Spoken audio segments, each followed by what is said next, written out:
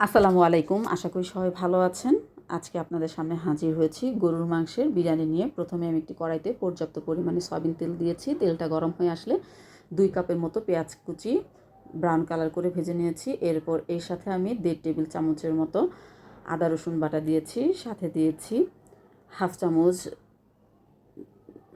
জিরা গুঁড়ো, হাফ চামচ ধনিয়া গুঁড়ো ও স্বাদ মতো লবণ দিয়ে আমি মশলাগুলোকে কিছুক্ষণ কষিয়ে নিয়েছি। তারপর এর সাথে অ্যাড করেছি গরম মশলা 4টির মতন, তেজপাতা 4টি করে, এলাচি, দারচিনি ও লবঙ্গ দিয়েছি। এরপরে দিয়ে দিচ্ছি বিরিয়ানি মশলা। এতে আছে কয়েক রকমের বাদাম পেস্ট,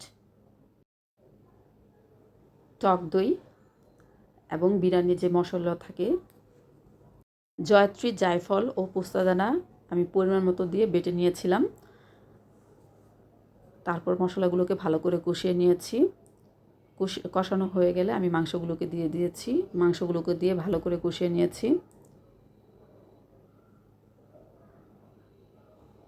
মাংস কষানোর জন্য ঢাকনা দিয়ে ঢেকে দিয়েছি। ঢেকে দিয়ে কষাতে দিয়ে আমি অন্য কাজগুলো করে নিচ্ছি। এই ফাঁকে আমি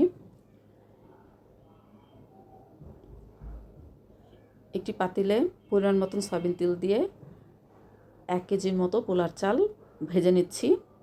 এদিকে আমার মাংস প্রায় সিদ্ধ হয়ে আসছে। আমি মাংসগুলোকে সিদ্ধ দিয়েছি আর এখানে আমি পোলাওটাকে কমপ্লিট করে নিচ্ছি। সাথে দিয়েছি সামান্য মটরশুঁটি, পরিমাণ মতন লবণ ও 5-6টি কাঁচামরিচ দিয়েছি। দিয়ে কিছুক্ষণ ভেজে নিয়ে এতে আমি গরম পানি অ্যাড করেছি। যেহেতু 1 কেজি পোলার চাল, তার সাথে আমি 2 কেজি পানি গরম করে রেখেছিলাম, সেটা দিয়েছি। কিছুক্ষণ পর যখন ফুটে এসেছে একটু নেড়েচেড়ে দিয়েছি। তারপর একটু দমে দিয়েছি ভালো মতন হওয়ার জন্য। যখন 80% চালটা সিদ্ধ হয়ে এসেছে তখন আমার সেদ্ধ করে রাখা গরুর মাংসটাকে দিয়ে দিয়েছি মিক্স করার জন্য। ভালো করে মিক্স করে নিয়েছি।